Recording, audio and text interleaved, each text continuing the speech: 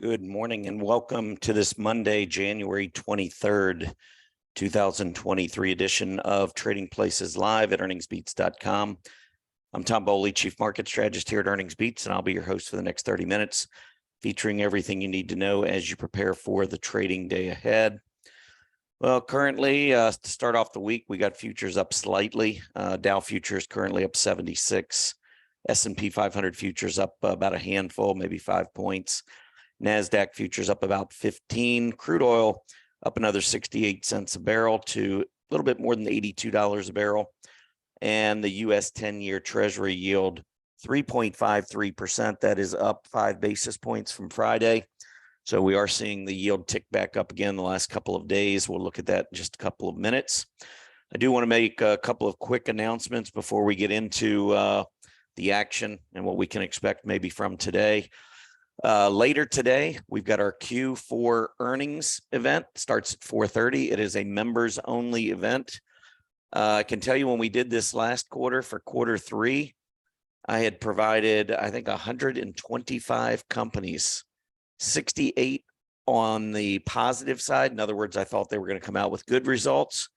57 where I said, be careful with these 57. And I don't have the numbers in front of me, but I believe 57 of the 68 beat on, I don't remember if it was revenue or earnings of the positives that I gave out.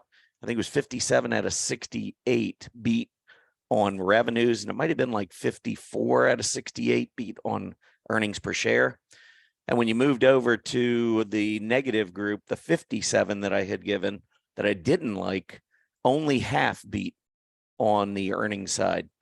So it's not a guarantee, but there is a way you can look at stocks as they're heading into earnings and get a really good feel for what they might be reporting.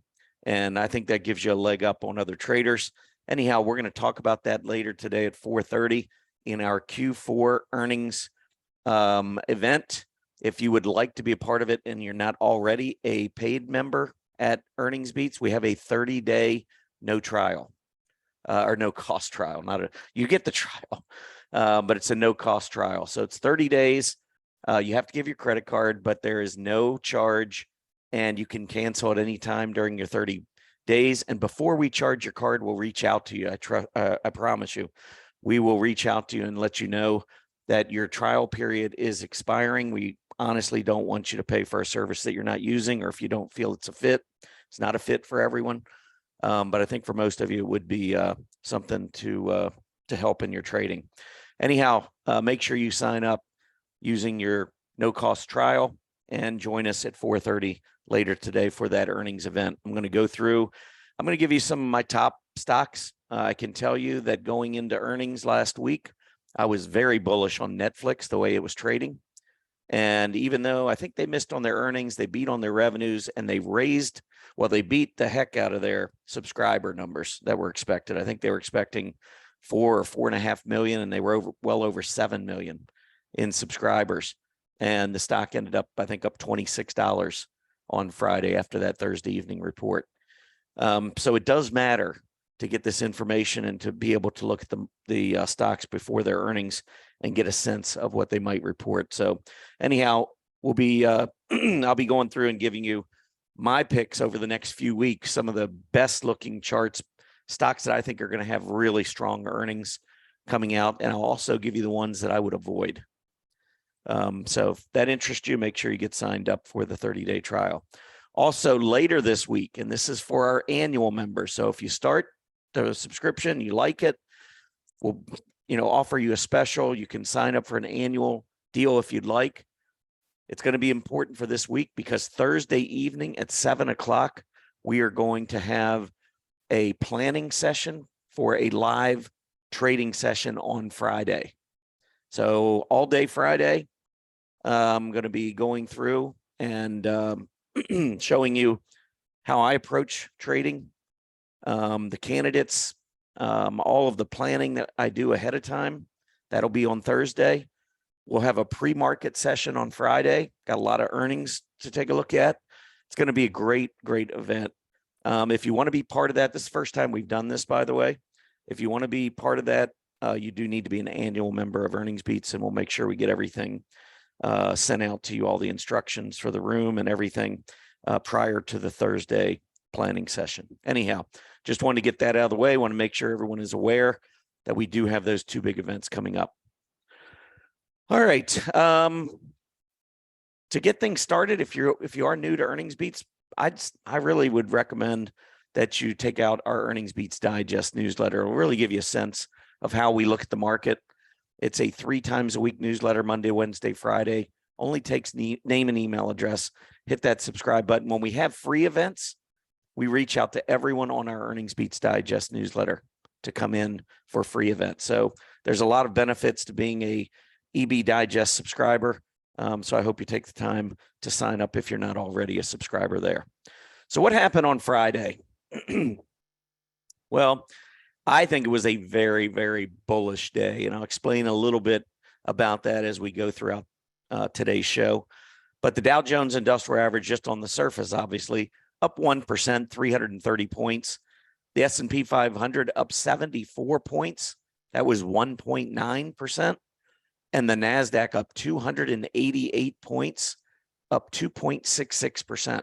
Really nice day on Friday. Mid caps up 41 or 1.65%. Small caps up 19 or 1.55%.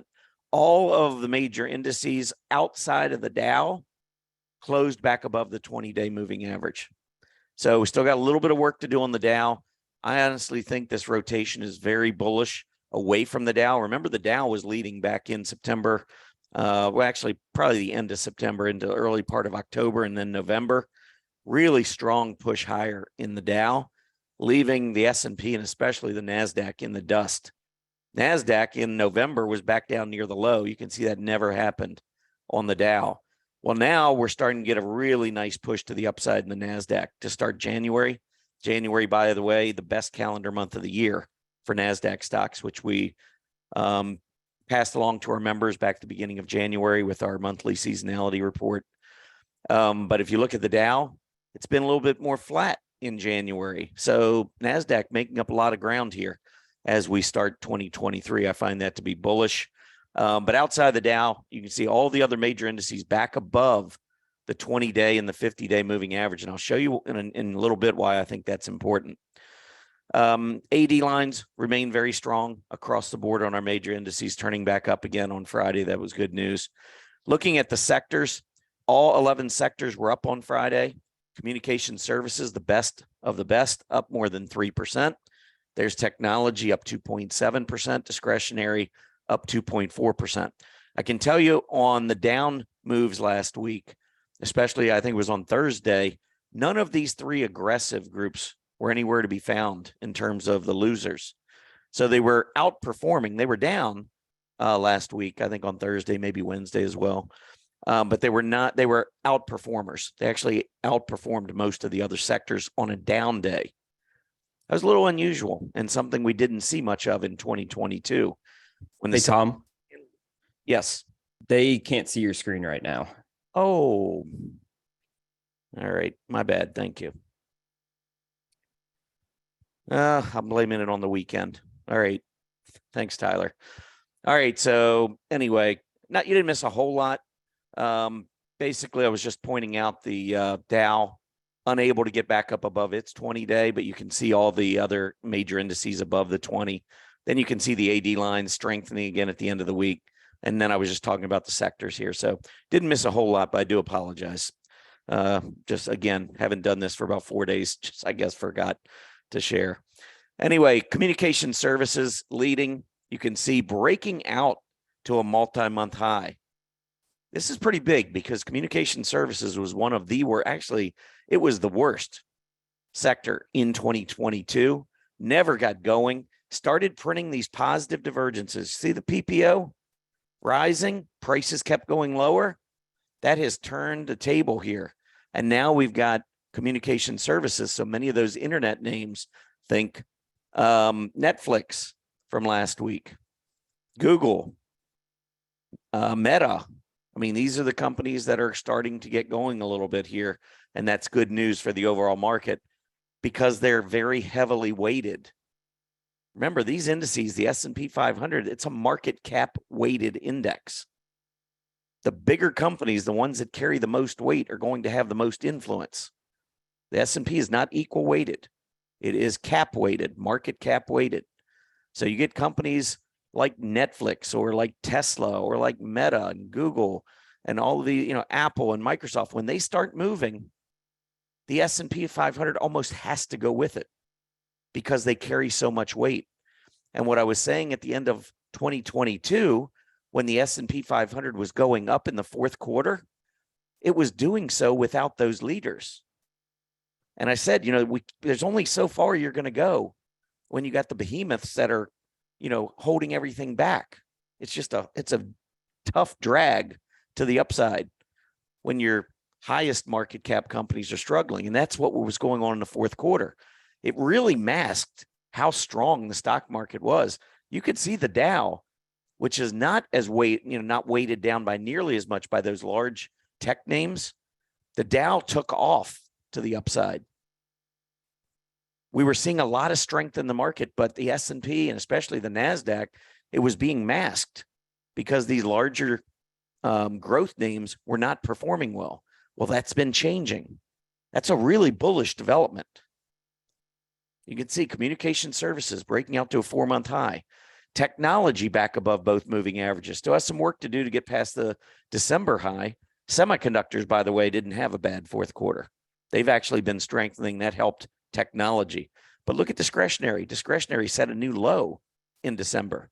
But now we're trending higher in discretionary, bouncing off the rising 20-day moving average. Another breakout in discretionary would be bullish.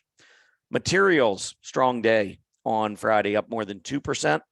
And then financials round out the top 5, up almost 1.6%. Nice little cup and handle here on the financials. So breakout above the, it looks like December and January highs, maybe around 36.5 or so. We see much of a move past 36.5. That would measure up to about the 40 level. And you do these measurements from the top of the cup to the bottom of the cup. So 36.5 down to 33. That's 3.5 points. You break above 36.5, tack on 3.5. That's 40. So that would be the target. I can tell you what, if the financials are up at 40, the market is going to be doing very, very well. It's always nice to see the financials doing well, especially the banks. I put a couple charts in the daily market reports last week for members showing key resistance on the banks. And, if we can break through that, how that would be very bullish. Another significant industry group breaking to new highs. We have so many groups that are very bullish, that look so much more bullish than the overall indices. And it's because we're not getting the support from those large cap growth names. However, they're strengthening. And if they continue to strengthen, market's going higher. The bears can, do whatever they want to do, but it's not going back down if we continue to see strength in those growth names. 10-year Treasury yield. You can see right here, let me get an update. Right now, 3.538. So we are up a little bit more than 5 basis points, still in a downtrend. But after going back down just below 340, kind of see, I would call this a double bottom. So at this point, when I see a double bottom, obviously a breakdown to the downside would mean the trend is clearly to the downside. What I look at when I get a double bottom is the high in between, because you can go down and sideways consolidate. So we could make a move back up toward 390. It's possible. That would just be sideways consolidation. Now, any move through the moving averages is going to start to look more like an uptrend, but the major resistance in this pattern is going to be that high back at the end of December. And if you use the inspector button, we can take a look. That is at 389 on December 28th, and 390 and a half, 3.905 was the high intraday on December 30th. So right around 390, top side, 340, bottom side. Actually, we had a low of 338, 337.5. And that was back on January 18th. So that was Wednesday of last week. So that's the range. If the 10-year Treasury yield breaks back down again, honestly, I think that's going to be the confirmation. That's probably going to be all we need So this could be the last gasp for the Bears, or maybe it's starting a major move to the upside, in which case the Bears would still have their argument intact of higher interest rates. So this is going to be a big chart to watch over the course of the next few days to few weeks. Where does that 10-year treasury yield go? For those of you who don't know, my former career was in public accounting. I was a practicing CPA, and I did valuations. If everything else remains the same, it's very, very important to watch the 10-year treasury yield.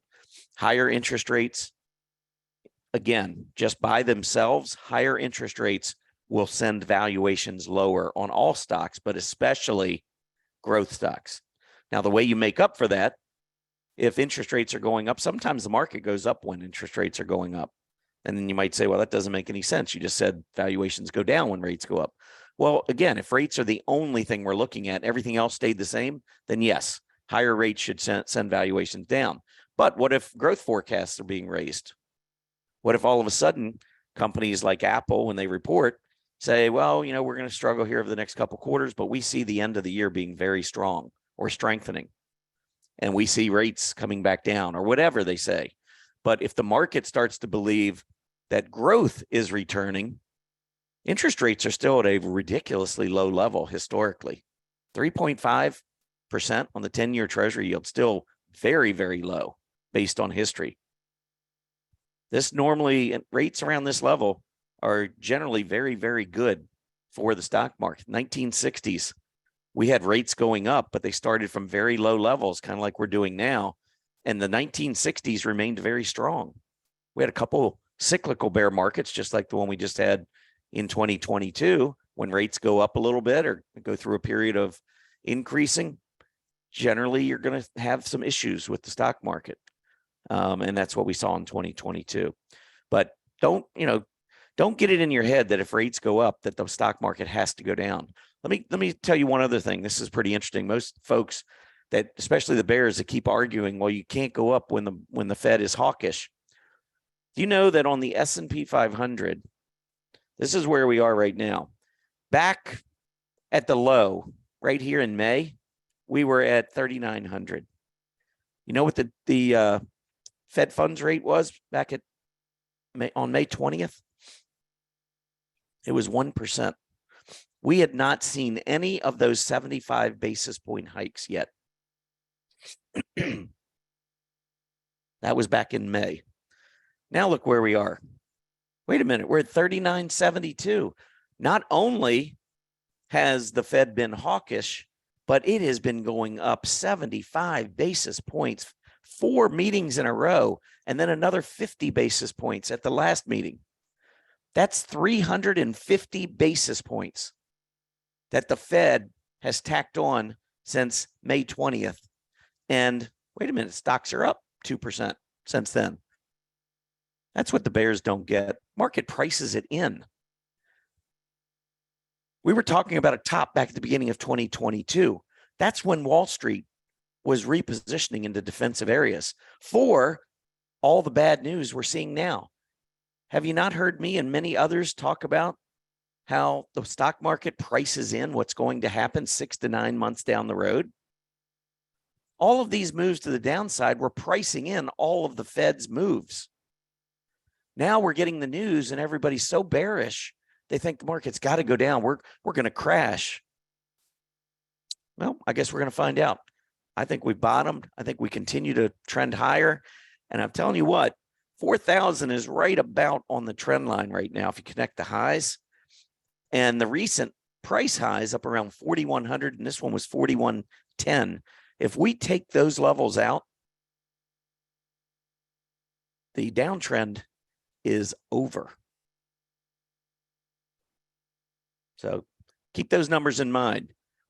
So do I think it absolutely is over now? No. I mean, there's always a chance we go down. I'm seeing signs back at the top in 2022 when I said we could get off to a really rough start in 2022. My point wasn't that, hey, we're absolutely topping. The market could go up. What I said at that time was the risks were too great to be on the long side. And what I said in June at this bottom was the risks were too great to be on the short side. If you go back and watch the video I did then on YouTube, that's what I said. I called the bottom, but what I said was the risks of remaining short are too great. Every one of these rallies back to the beginning of last year, I kept saying, we're not done. We're not done. We're not done. We're going lower. Lots of articles, lots of YouTube videos to go back and back me up through that whole period. It wasn't until right there that I started seeing the signs. And we went up 700 points on the S&P 500 in 2 months. And then I really believe you can attribute this last move down to the Fed. And some disagree with me and say the Fed was hawkish all along. Yeah, they were, but I think they picked up, they took it a step further, starting with that Jackson Hole speech. And I think that's the only reason we went back down in October. But right here at the end of September, I basically said, you're getting a second chance. You're getting a second chance. And I don't believe you're going to get a third chance, but that's just my opinion. NASDAQ, looking at the chart here. Now, this is, again, filled with more of those growth stocks. The NASDAQ 100 is much more heavily influenced by Apple and Microsoft and Tesla and Amazon and Google and NVIDIA. All those names are much higher in terms of their weighting in the NASDAQ than they are the S&P 500. I think the top 10 holdings in the NASDAQ are close to 50% of the NASDAQ 100. The top 10 in the S&P 500 is closer to 25%. So, and in the Dow, I don't even know what, it's much, much lower percentage of the Dow. And that is why the NASDAQ really couldn't get going in the fourth quarter, because those growth stocks were not coming back up. They were still languishing, most of them. That's been a change here at the beginning of this year. And you can see right there the movement back to the upside. All right. I wrote an article over the weekend. Actually, I wrote two yesterday. One was dealing with short squeezes. I'm telling you, the short squeeze stocks on our list are absolutely exploding right now. And I'm sure members have probably seen it. If you're not a member, if you become a member, you can literally have our short squeeze chart list, which is a chart list that has the 42 largest shorts in terms of short percentage of float in the market. And when they get going, because think about it. If we buy a stock, let's say we put $10,000 into a stock, how much can we lose? If it goes to zero, we lose 10,000, right? That's it. What if the stock goes, what if it doubles? We make 20 or we make 10,000, right? What if it triples? We make 20,000. That 10,000 becomes 30,000. What if it quadruples? 10,000 becomes 40,000. My point is, upside is unlimited. Downside is limited to the amount of money you're willing to commit to that investment. When you look at shorts, it's the opposite. If you short a stock, what you're doing is you are borrowing shares from someone else. If you're a TD Ameritrade person, you're borrowing from somebody at TD Ameritrade that owns those shares. The brokerage is borrowing at somebody else's account and giving you those shares, and you can then turn around and sell them. But you don't own them. You're borrowing someone else's shares and you're selling them with the hopes that the price goes down, and then you can buy them back and return them to the owner. That's the idea.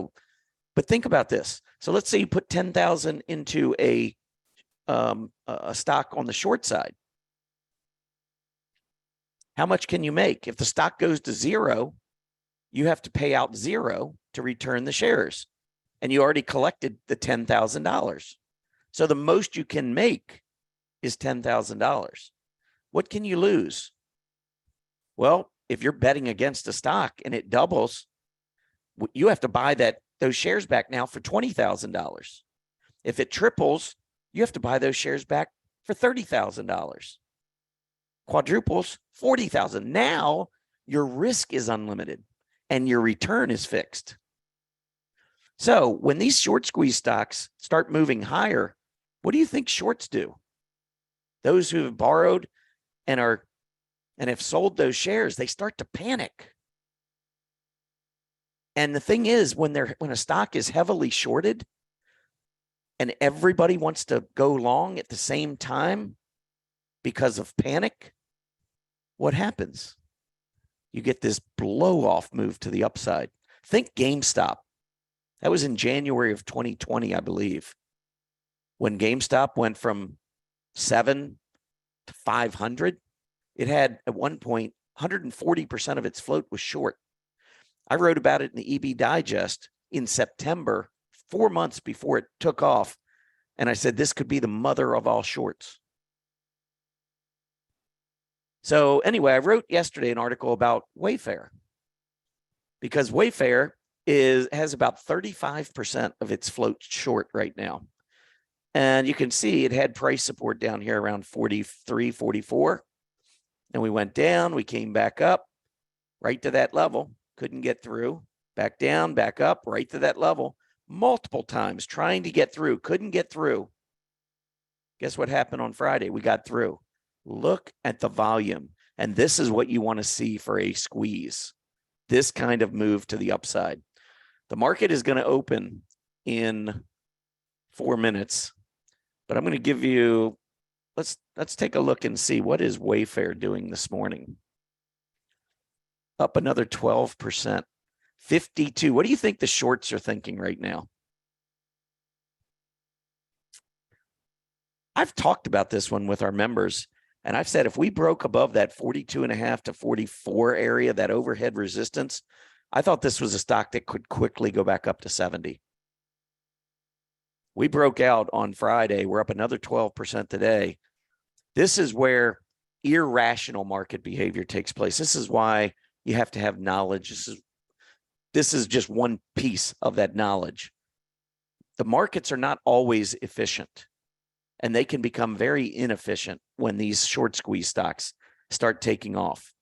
Let me give you, I'm not going to give you the stocks. Of course, the Earnings Beats members know the stocks.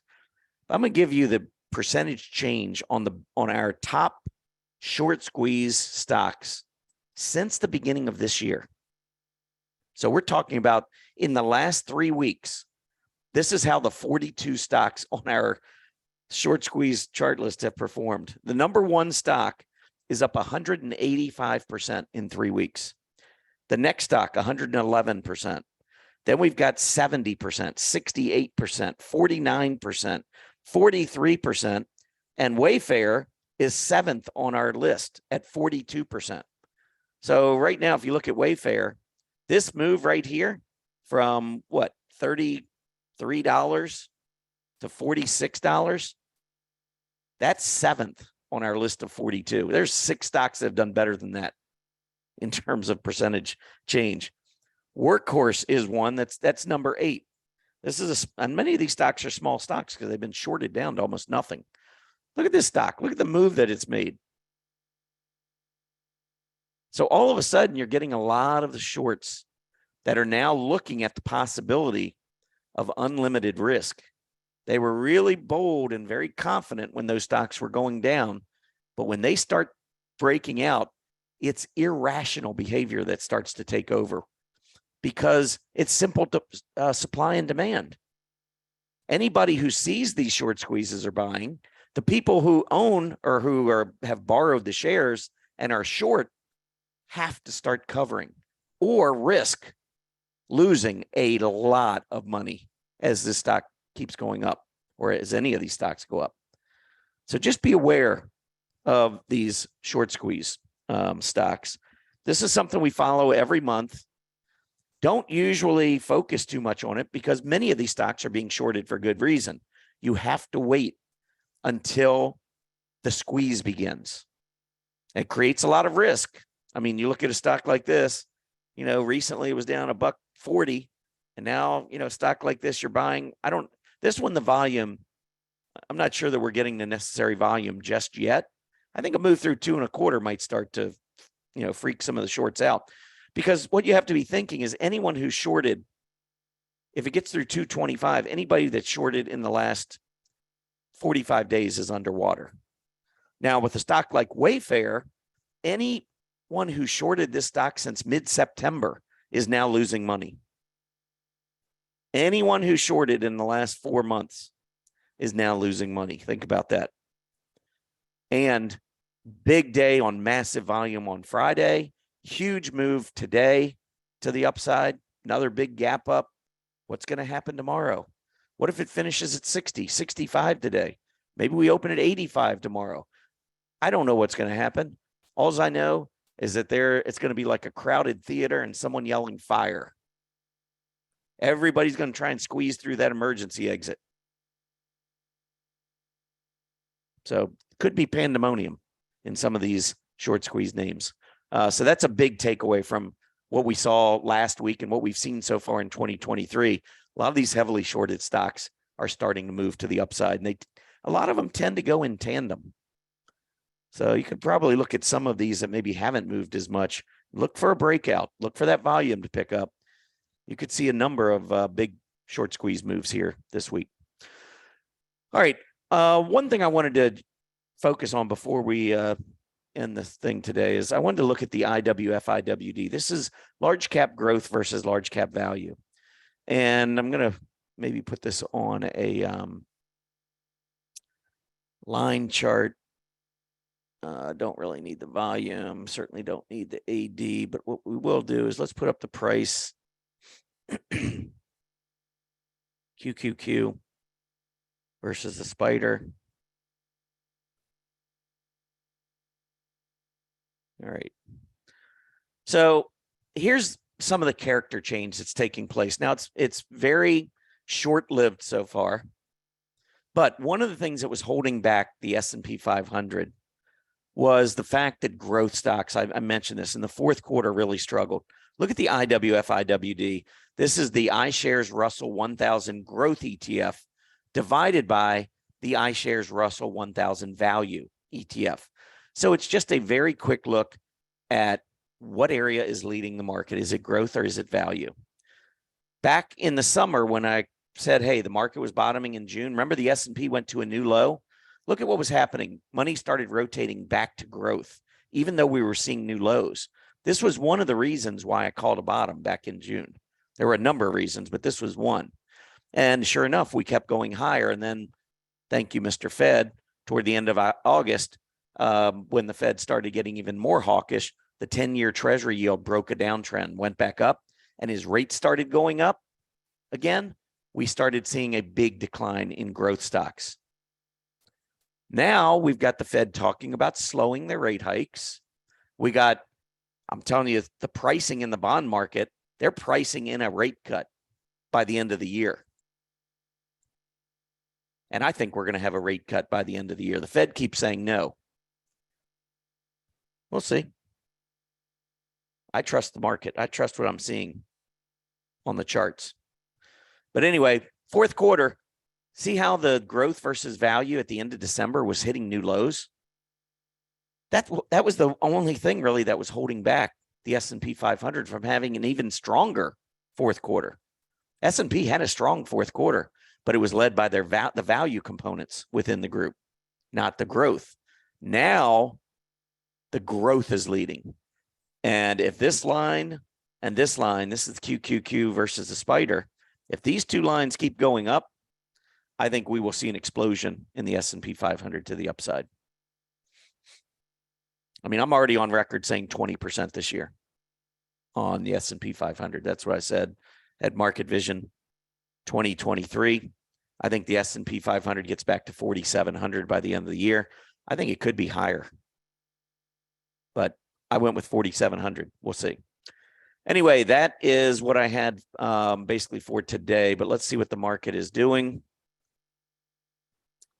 Get a quick check. Monday after options expire, by the way, this is the worst day of the calendar month historically. Mondays that follow expiration Friday.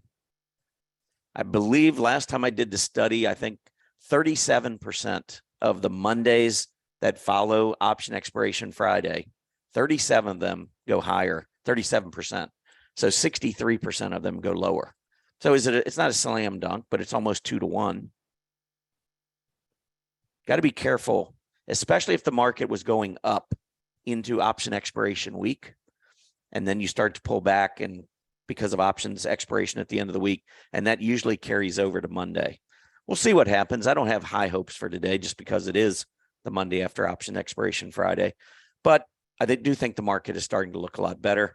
And I'm just waiting on the confirmation, just like at the top, when I said the risk was too high to be long, I wanted to see price confirmation to break the uptrend. And we got that in January. Now what I'm looking for is simply confirmation to break that downtrend line. We haven't seen it yet. And I know a lot of bears are holding on to that. But I think the underneath the surface signals are telling us it's just a matter of time. And so that is going to confirm what I believed was the bottom all the way back in June. We'll see. Anyway, everybody have a great day. Remember, today, 4:30, we got Q4 earnings event. All you need is a 30-day free trial to our service, and you can come on in. So no cost. And later this week, our first ever live trading session is going to be on Friday. We're going to start planning for it on Thursday evening. We'll be talking a lot more about that this week. Everybody have a great day. I'll be back tomorrow over at Stock Charts TV for your next Trading Places Live. Just click on this Stock Charts TV link right at about 9 a.m. And you can listen in to the next show. Have a great day, everybody. Happy trading.